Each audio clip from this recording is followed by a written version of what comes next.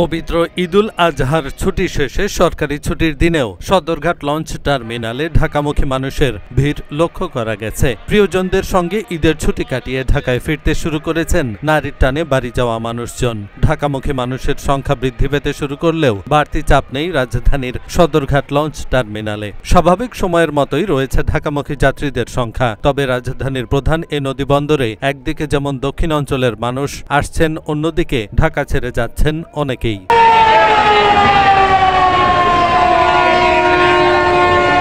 শুক্রবার দুপুরের পর থেকেই ঢাকা বরিশাল নৌরুটের সবগুলো লঞ্চ ডেকে পরিপূর্ণ যাত্রী নিয়ে ঘাটে ভিড়ে। ধারণ ক্ষমতার বেশি যাত্রী নিয়েও কিছু লঞ্চ ঢাকায় এসে পৌঁছায়। সদরঘাট লঞ্চ টার্মিনালে সকাল থেকেই একে একে ভিড়তে থাকতে দেখা গেছে বিভিন্ন রুটের লঞ্চ। দুপুরের পর থেকে গ্রিন লাইন ৩, পারাবত ৯, ১০, ১২ ও ১৮, মানামি, কুয়াকাটা ২, কীর্তনখোলা ২ ও ১০, সুরভি ৮ ও ৯, অ্যাডভেঞ্চার ১ ও ৯, সুন্দরবন ১২ লঞ্চ সহ মোট ১৫টি লঞ্চ বরিশাল নদী বন্দর থেকে সদরঘাট লঞ্চ টার্মিনালে এসে পৌঁছায়।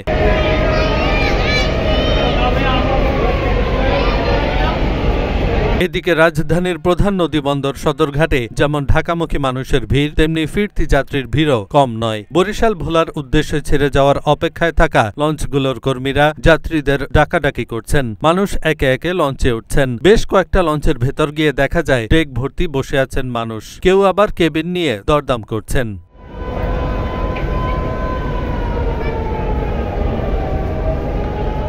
এহসানুল হক, ঢাকা পোস্ট।